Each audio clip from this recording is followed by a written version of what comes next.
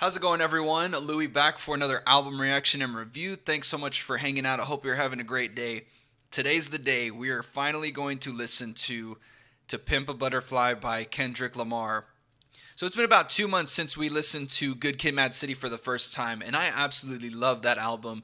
It is so dense thematically, and it really plays like a movie, how cinematic it is. My favorite songs off that album were The Art of Peer Pressure, Money Trees, and Sing About Me. But all the other songs, I'm still catching myself picking up new things from each listen. There was just so much that I wasn't even able to touch on in that first review that I would love to eventually come back and revisit so we can actually go into further depth on some of those songs. But getting back into To Pimp a Butterfly, I also know that this album is incredibly dense thematically. So what I've done in preparation for this review is I did a little bit of research and background to the songs that we're going to be listening to. That way we can at least get some sort of foundation for the themes that are going to be running from song to song. But from what I gathered, To Pimp a Butterfly is Kendrick's way of describing what it's like to deal with all of the burden and negativity that comes with fame and fortune, all of the temptation that it comes with, and how celebrities either do or don't use their platform to help those that don't have a voice or are not being represented in media. The album also has a lot of politically driven themes, such as racism, slavery, and police brutality. So it's going to be really interesting to see how he is able to weave this album together with all of those themes running through it. I'm actually really excited, but really anxious to see how this winds up coming together. So a couple things I want to mention about the album before we get into the listen is the title To Pimp a Butterfly was actually meant to be To Pimp a Caterpillar, which would have been an acronym for Tupac. So I wonder if there was some comparisons or similarities that Kendrick was trying to make with Tupac's work within this album. Maybe he was just paying homage to Tupac with that title. But if anyone knows the background behind that, I'd love to hear about it. But the title To Pimp a Butterfly is already such a strong concept because those are two totally contrasting ideas. And so for Kendrick to come to that decision is so smart and significant for the message that he's probably trying to get across in this. I also want to mention that the album cover is a photograph of Kendrick's friends and family in front of the White House. And just the way that it is set up, it is such a strong image. It feels very historical. Like it has the qualities of something that you'd see in a history book, and that's out of the context of music. So the first song on the album is Wesley's Theory. And from what I gathered, it's going to be talking about the music industry and its misuse and manipulation of black entertainers, clouding their artistic vision and substituting that vision with wealth and pleasures. The title Wesley's Theory is a reference to Wesley Snipes and his case of tax fraud. So that's going to be a major theme running through this song. Let's go.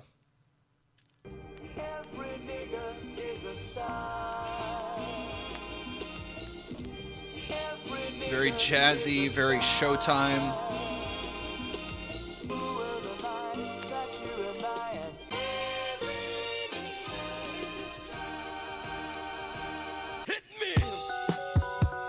When the four corners of this cocoon collide, are you really who they idolize? To pimp a butterfly. At first I did love you, but I just wanna fuck. Toss and turn, lesson learned. You was my first girl. When I get signed, homie, I'm acting fool. Hit the dance floor, strobe lights in the room. Snatch your little secretary bitch for the homies. Blue-eyed devil with a fat ass mouth. I'ma buy a brand new Cuddy on Vows. Truck the hood up 2 times, do slow. When I get signed, homie, I'ma buy a strap. Straight from the CIA, set it on my lap. Take a few M16s to the hood. Pass them all out on the block, what's good? That We should never cave, we should never cave. Niggas money go back home, money go back home. But so much happening musically. And that first verse was insane. You was my first girlfriend. Yo, what's up? It's Trey. Remember the first time you came out to the house? Anybody can get it. The hard part is keeping it, motherfucker. What you want? You a house, you a car, 40 acres and a mule, a piano, a guitar, anything. Say my name is Uncle Sam on your dog. I can see the bottle in you. I can see the dollar in you. Little white lies, but it's no white collar in you. But it's whatever though, because I'm still following you. 2 coops, 2 chains, 2 C-notes. Too much and enough, both we know. Christmas, tell them what's on your wish list. Get it all, you deserve it, Kendrick. And everything you find, Texas will deny how Wesley sniped your ass before 35. Yeah, looking down is quite a drive. Jesus. Oh my God. Wow, what a intro. I mean, I've heard that this album is dense, but that was a lot. Like, a lot. Wow. Okay, we're going to have to, like, really take a second to really process what just happened. Right out the gates with this song, the style, like I was saying, was very Showtime. Felt like you were watching The Price is Right or some Broadway musical. It's putting the black entertainers on a pedestal and turning them into a show pony for the music industry. And Kendrick is throwing so many jabs at the music industry with that. And in the next section, we already get the first title drop. So he's talking about the life cycle of a butterfly from the caterpillar going into the cocoon. This first line, he says, when the 4 corners of this cocoon collide. So it's almost like the cocoon is imploding in on itself, kind of like the life cycle that he's describing. I think who he's talking about could be the music industry of, at first I did love you, but now I just want to fuck. So it's like he's talking about his original vision with his, let's just say his rose-colored glasses, how he had these aspirations, and then once he finally got a taste of it, it was just all dull and he had no passion behind it. And then a little bit further where he's saying bridges burned all across the board, destroyed, but what for? That could be all of the drama and the behind the scenes crossfire that comes with the music industry. So there's a lot of double meanings right there that I'm seeing. The first verse is showcasing all of the things that come with the lifestyle that Kendrick has now achieved. The middle section is where it starts to get a little darker, and he says, look what I can do with my newfound wealth. I can buy a whole bunch of guns and give them out like candy. You can use them for protection. You can use them to cause trouble. Now, whether or not you want to take this message metaphorically or more directly, I think the overall theme here is what he's capable of doing with his wealth and what he decides to do with it. Is he going to use it for good or for bad? And that doesn't have to necessarily be purchasing things. He can also be using this as a way of describing his words, how he motivates or inspires his listeners. We have the reference to the album art right here. Then we get to the hook, which the delivery on that was insane. There was this passive-aggressive feel to it. He was talking from the perspective of what I imagine was the country as a whole. The music choice on this, it was very sinister in its underlying feel, but it was still very lively. And I think that really plays into the overall message of this song. Very larger than life, over the top, but still getting a grounded message across.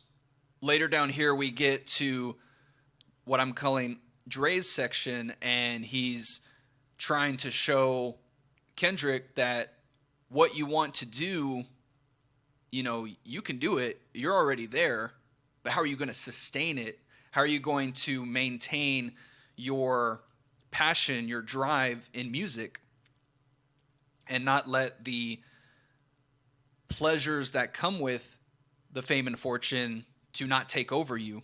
Then we get into the second verse, which had a totally different style, but I'm calling the Uncle Sam verse.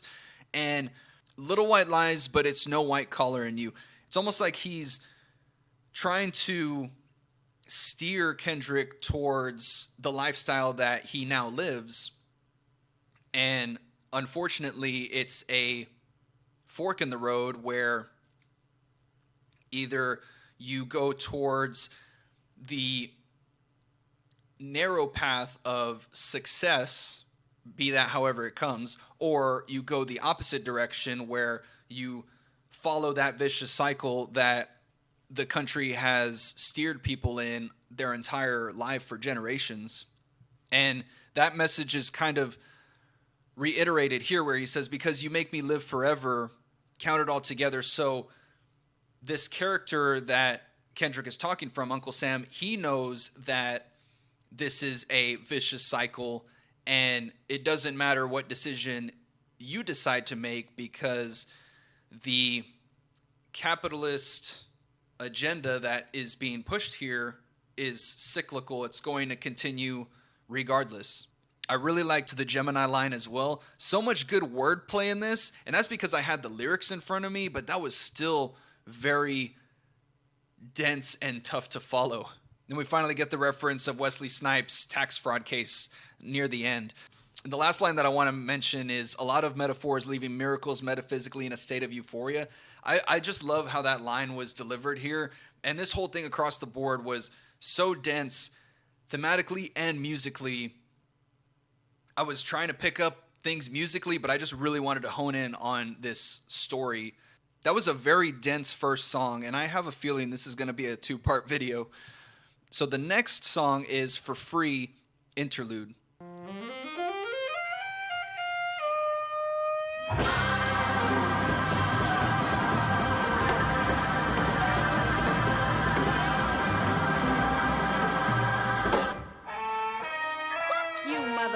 You a hoe ass nigga. I don't know why you trying to go big, nigga. You ain't shit. I shouldn't be fucking with you anyway. I need a baller ass, boss ass nigga. You's an off brand ass nigga. Everybody know it. Your homies know it. Everybody fucking know. Fuck you, nigga. Don't call me no more. This dick ain't free. You looking at me like it ain't a receipt, like I never made ends meet, eating your leftovers and raw meat. This dick ain't free. Living in captivity, raised my cap salary, celery, telling me green is all I need. Evidently all I seen was spam and raw sardines. I need 40 acres and a mule, not a 40 ounce in a pit bull. Bullshit. Matador, had a door knocking, let him in. Who's that? Genito's best friend. This dick ain't free. Matter of fact, I need interest. Matter of fact, it's 9 inches. Matter of fact, see our friendship based on business. Pinching, more pinching, your pinching, my consensus. Been relentless. Fuck forgiveness, fuck your feelings, fuck your sources. All distortion. If we fuck, it's more abortion, more divorce, course and portion. Gusted force with fuck you fingers and more shit. Porcelain pipes, pressure, bust them twice. Choices devastated, decapitated the horseman. Oh, America, you bad bitch. I picked cotton and made you rich. Now my dick ain't free. I'ma get my Uncle Sam to fuck you up. You ain't no king. Holy shit. We'll talk about the song, but the last line of that was "You ain't no king," and the next song is King Kunta. So I think that's pretty fitting for Kendrick. So I'm gonna get the music portion out of this first, and that is the jazz was so energetic and upbeat, and I loved how it was mimicking what was being said from part to part, and then of course that very last one where it started swelling and finally broke out. That was really, really good. Okay, so this song is a conversation between Kendrick and a woman who is trying to push his self-worth down, trying to compare him to other guys and saying how he's not shit, that if she wants to, she could just go run to another guy. But Kendrick is so confident in himself that he is going to set her straight with who he is, whether that's confidence that he's always had or confidence that is now being reinforced with his newfound lifestyle. And he's saying in this section, look, I've worked for everything I've got. I know where I've come from. And then he's like, you're trying to get all this shit, but what have you put in? What work do you have to show for all the stuff that you expect out of me?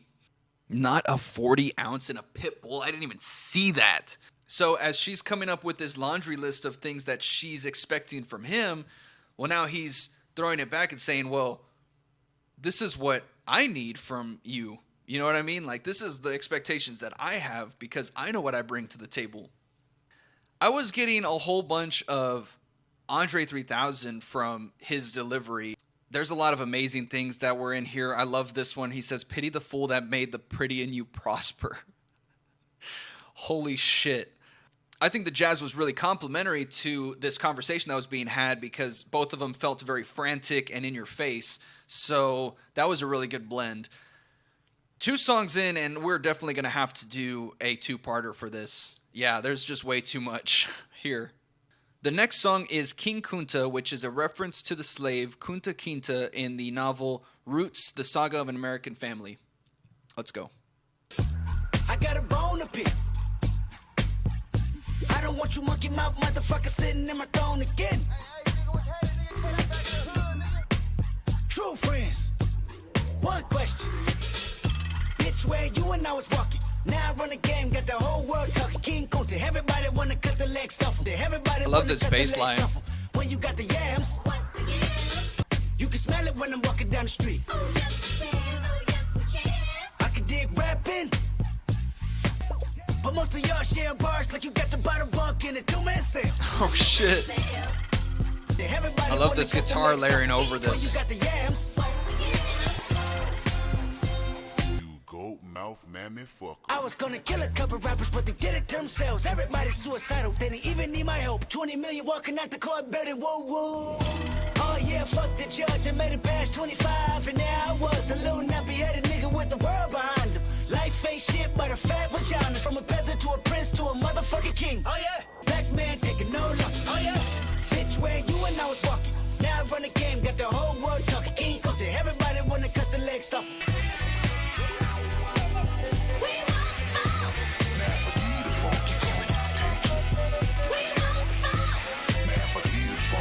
I remember you was conflicted, misusing your influence.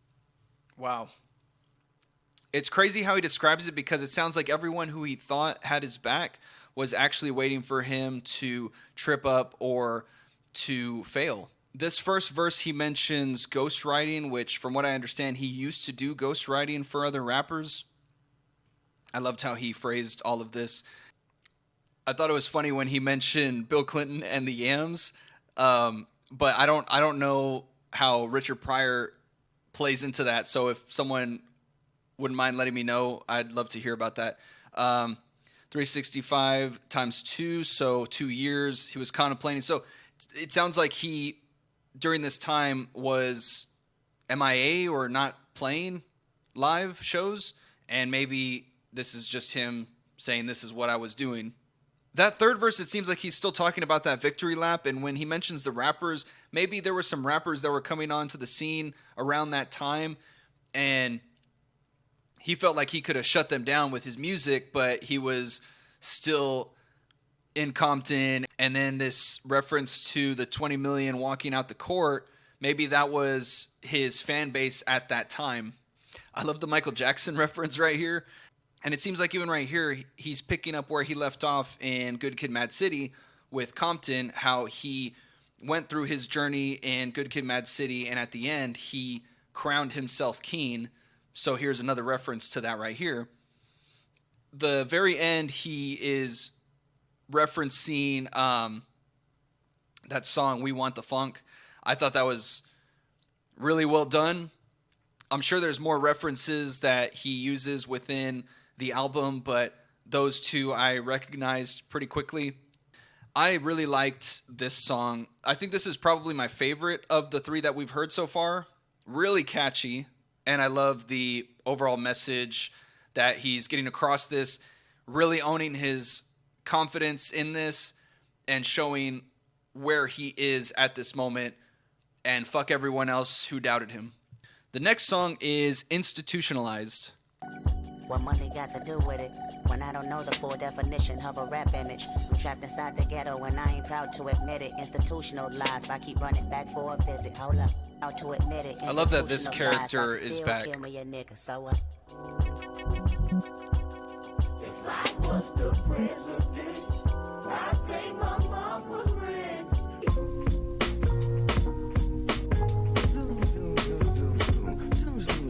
Song that a change up.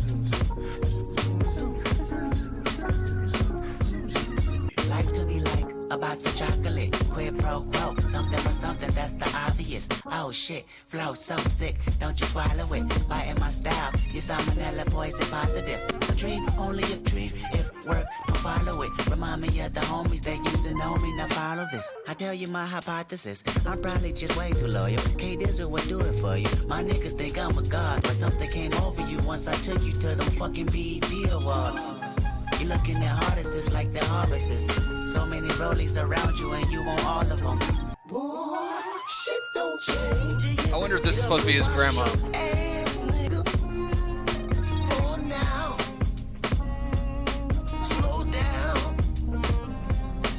Took his homies to the show and this is what they said. What am I supposed to do when I'm looking at walking licks? The constant big money talk about the mention and foreign whips. The private jets and passport, presidential glass for gold bottles, gold models, giving up the ass for. Now Kendrick know they your co-workers, but this gon' take a lot for this pistol go cold turkey. Remember, steal from the rich and giving it back to the poor. Well, that's me at these awards. I guess my grandmama was warning the boy. She said, shit don't change until you get up and wash your ass, nigga. Once upon a time in this city so divine called Westside Compton, this stood a little nigga. You could take your boy out the hood, but you can't take the hood off the homie. Took his show money, stashed it in the Mosey Wozy. Hollywood's nervous. Fuck you, good night, thank you much for your service. Wow. I think just like Art of Peer Pressure, this is the song that really changes the overall dynamic of what I imagine the album is going to be moving forward, in the sense that the first couple of songs had a very playful, lighthearted, in my opinion, feel to them. Kendrick is really showcasing his newfound lifestyle, what he has accomplished and achieved, where he came from and now where he is. But in this case, it seems to be showing the aftershock or after effect of how he now comes back to Compton and what the response is from over there. I think as that last song was sort of his victory lap saying, I'm going to go back to Compton, I'm going to be mayor, and they're going to celebrate with me. It seems like in this one, he's showing that that is not the case at all, actually. Right out the gates, he's talking about not quite understanding what his role is in all this. Like, he is a rapper, but what does that necessarily mean? He now has access to fame, wealth, and fortune, and maybe that is not quite what people are used to. And he finds himself going back to Compton because that's where his roots are. As the song is progressing, he starts to mention what we had heard in the previous song about if he was mayor. Well, now if he's president, these are the things he would do. And I think it really started to click with me emotionally where he said free his homies and bulletproof his doors for his car, kind of showing where his mindset actually is, even though he has access to all this money. He's wanting to take care of the people that were there for him since the beginning. And then same thing with that bulletproofing the windows. He sees that as a top priority for him. As you can see through all this, he's talking about the hard work that went into his dream, how he didn't do it off of maybe his academics he referenced the scholarship, but from his experiences. And he's mentioning his loyalty, his love for his city, and he feels like he's being worshipped like a god when he comes back. Then he mentions that something came over you once I took you to the BETs. Someone's going to have to explain this to me. For what it's being worded as, some incident happened at the BETs with whoever he had invited as his plus one there, because it follows with, you're looking at the artists like harvests as if they're planning to rob them or to steal from them. And then he's talking about something that his grandma used to tell him, where basically shit's not going to change if you don't clean your act up.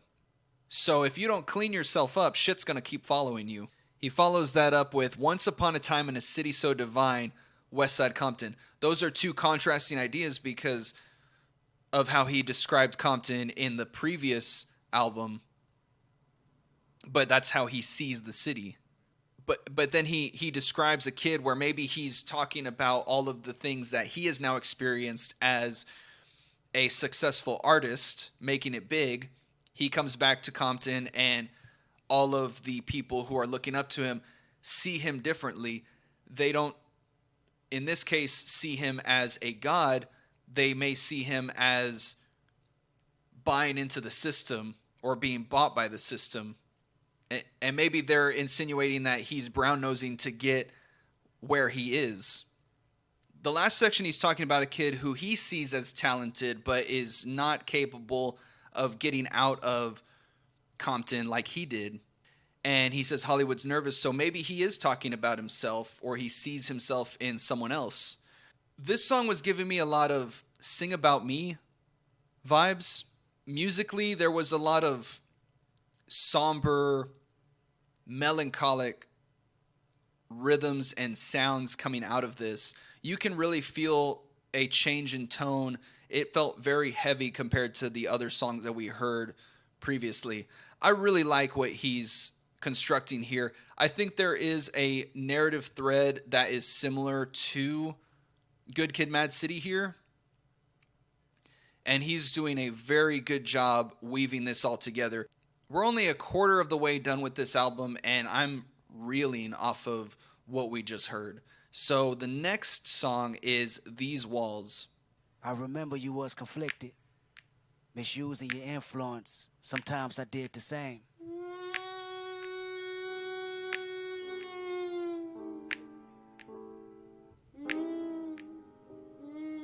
Sounds like an animal.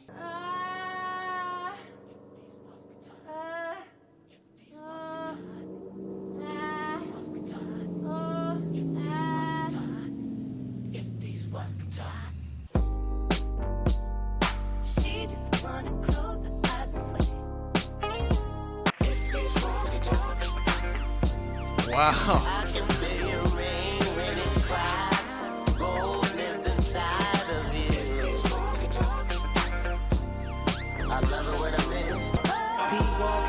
Tell me to swim good. No boat, I float better than he would. No light jacket, I'm not the guard in Nazareth.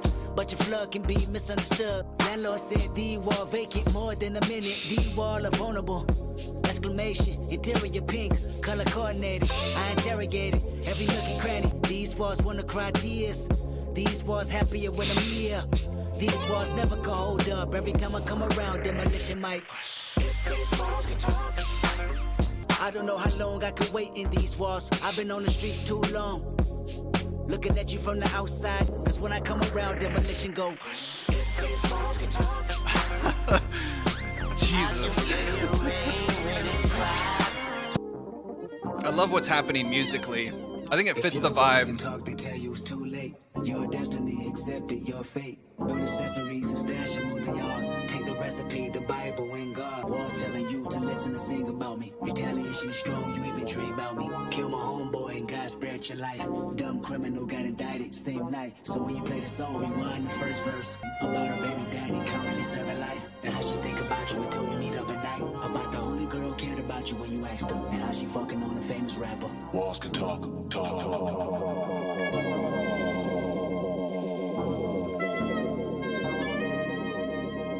I remember you was conflicted, misusing your influence. Sometimes I did the same. Found myself screaming in the hotel room. Okay. So that is the start of You, that scream that we just heard. Kendrick has an insane sense of direction and vision when it comes to how he constructs these songs, and he's able to just pull the rug from under you. Because, of course, the first 2/3 of this song, he's talking about hooking up with a girl, having sex, and the vivid images that come with that. But when it finally changes to this section, you can tell because of the effect that he uses on his voice and the changing in the music style, sounds like he's talking about a girlfriend or wife of a guy who is in prison, and this person happens to be the actual killer that we heard in Sing About Me, who killed his friend. He's using his influence, his position of power, let's say, to get back at his enemies. And he said that in one of the other songs. I'm going to go back to Compton to rub it in my enemies' faces. So that's what he did. And right here, the abuse of power didn't do what he thought it would. And then he said he found himself screaming in the hotel room, which goes into the next song. So this song is super, super straightforward in my opinion, but it's still so dense in its imagery and in its emotional weight. You can hear it especially in the music. The way it started out, it had a very sexy R&B vibe to it. Felt very simple in its musical approach. But then once we got to that last section, you could start to hear some of that negativity and cynicism coming out through the instruments. The next song is You.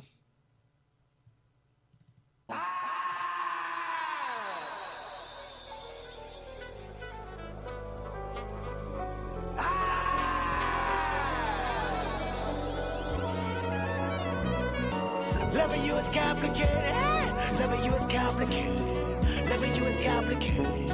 Loving you is complicated. Loving you is complicated. I place blame when you steal, place shame when you steal. Feel like you ain't shit, feel like you don't feel confidence in yourself. Breaking no marble floors, watching anonymous strangers telling me that I'm yours. What was your antennas? What was the influence you speak of? You preached in front of 100,000 but never reached up. I fucking tell you, fucking failure, you ain't no leader. I never liked you, forever despise you. I don't need you, the world needs you. Don't let them deceive you. Thought money would change you, made you more complacent. Fucking hate you, I hope you embrace it. I swear loving you is complicated. Loving you is complicated. Loving you is complicated.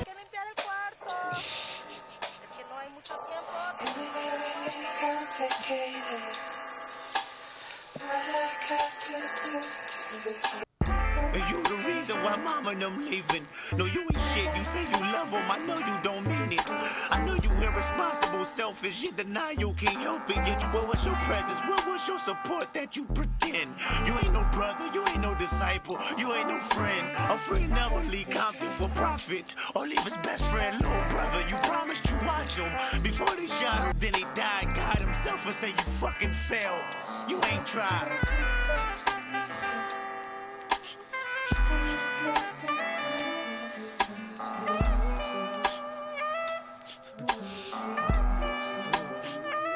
Jesus.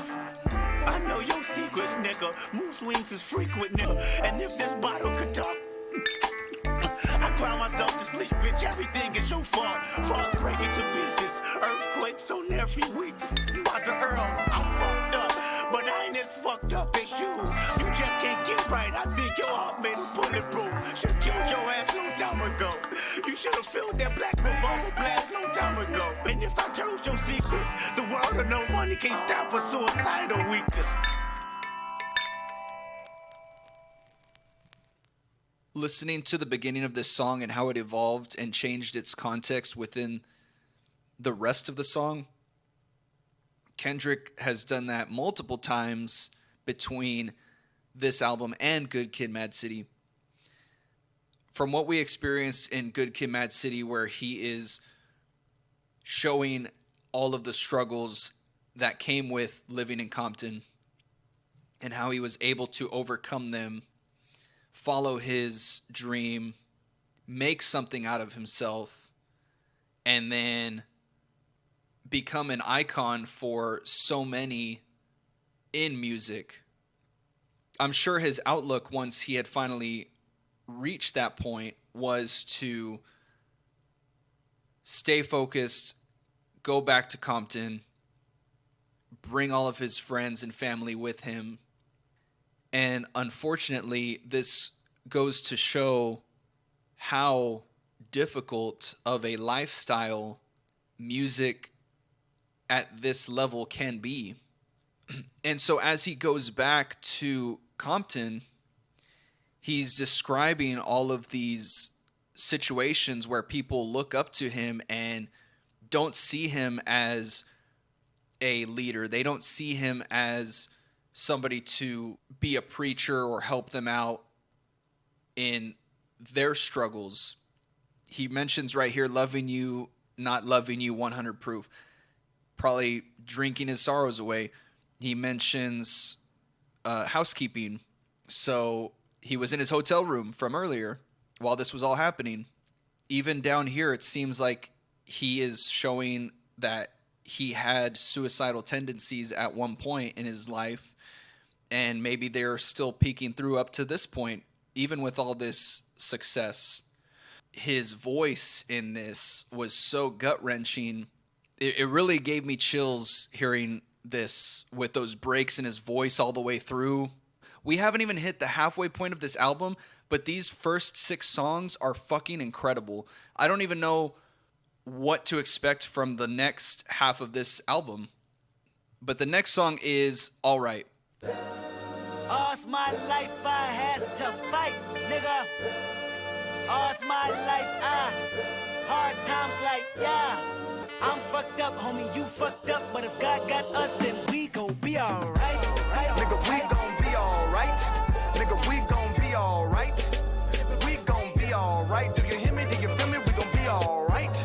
I recognize you looking at me for the pay cut. Bahamas, I be looking at you from the face down. One Mac 11, even boom with the bass down. Scheming, and let me tell you about my life. On my karma coming heaven, no preliminary hearings on my record. I'm a motherfucking gangster in silence for the record. Tell the world I know it's too late. Boys and girls, I think I've gone crazy. Trying to side my faces all day. Won't you please believe when I say, looking at the world like, where do we go? Nigga, and we hate po-po. Wanna kill us dead in the street for sure. Nigga, I'm at the preacher's door. My knees getting weak and my gun might blow, but we gon' be alright. Nigga, we gon' be alright. You want you a house, you a car, 40 acres and a mule, a piano, a guitar, anything. See, my name is Lucy, I'm your dog.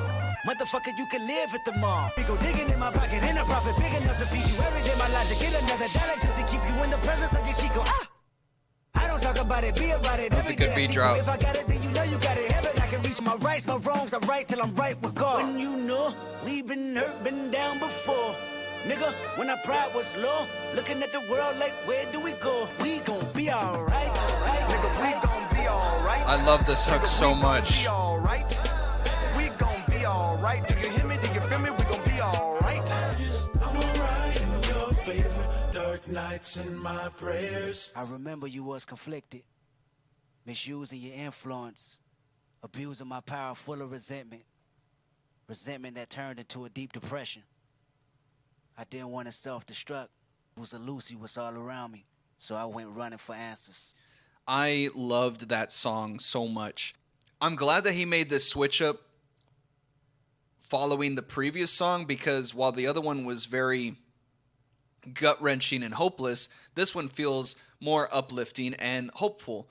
That's more of his faith peeking through that we were seeing in Good Kid, Mad City. So he is clinging on to faith and trying to find the silver lining within all of this. In terms of the wordplay, this verse is one of the highlights on the album for me, for sure.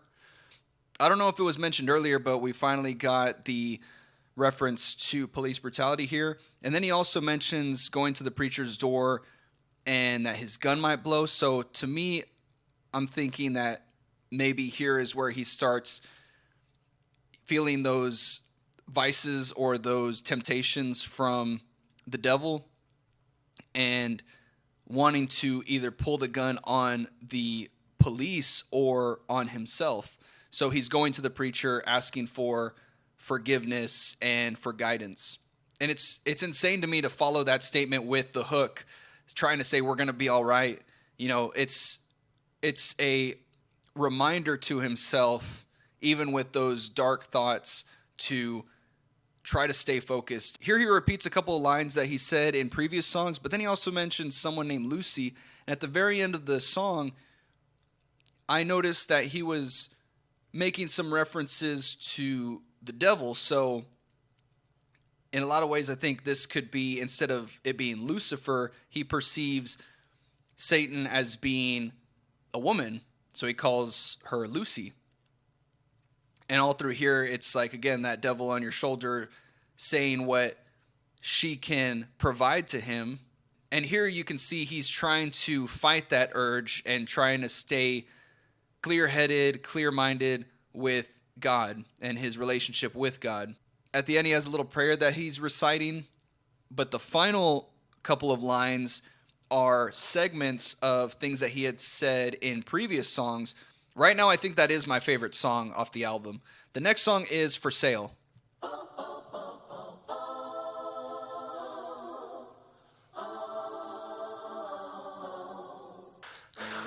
Oh man, this is distressing.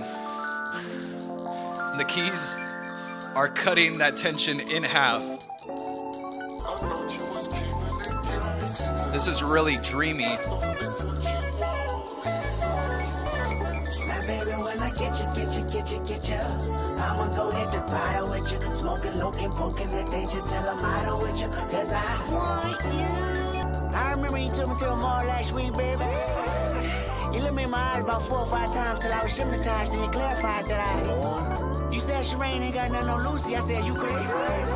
Rose are red, violets are blue, but me and you both pushing up daisies if I show. Then you spit a little rap to me like this when I turned 26. I was like, oh shit. You said to me, I remember what you said too. You said, my name is Lucy Kendrick. You introduced me, Kendrick. Usually I don't do this, but I see you and me, Kendrick. Lucy don't slack a minute. Lucy work harder. Lucy gon' call you even when Lucy know you love your father. I'm Lucy. I loosely heard prayers on your first album, truly. Lucy don't mind, cause at the end of the day, you'll pursue me. The bottle with you, smoking, looking, poking the danger till I'm out with you. Cause I want you. I think I know what the message is here. And it's crazy thinking about that with this music that's going on. I remember you was conflicted, misusing your influence. Sometimes I did the same, found myself screaming in the hotel room. I didn't want to self-destruct, so I went running for answers. Until I came home. That song was so hypnotizing, but underneath the veil of that music was a very dark message, in the sense that he is being tempted to sell his soul to Lucy. The beginning lines had that dreamy state that we kind of heard from Swimming Pools. I think that the context of that dreamy state is the same in both instances, in the sense that maybe he is in the middle of a drunk spell, and this is what is coming through to him in his mind, just like we heard in Swimming Pools. Here he mentions Sherane, which we heard a lot in Good Kid, Mad City, and if we know the context of Sherane in Kendrick's life, that just goes to show how much more tempting Lucy is to him. Throughout that last verse, Kendrick is saying what Lucy can provide to him if he caves in and sells his soul to her. I love how he still continues to build on this story, and I'm very curious to see where it winds up. I really liked his storytelling and where we finally ended up in Good Kid, Mad City, and I'm very curious to see where the second half of this album takes us. This first half of the album has been absolutely insane. I absolutely love this, and I really want to get into the next half as soon as possible, but I really want to let these songs sit with me for a little bit, let me digest them, and then we'll tackle the next set. Let me know what y'all's thoughts are on the first half of this album. I think my favorites so far are King Kunta, Institutionalized, These Walls, and Alright. Those are my favorites right now. I'm going to start working on part 2 as soon as I can, but otherwise, thanks so much for hanging out, guys. Y'all have a great day. Thanks.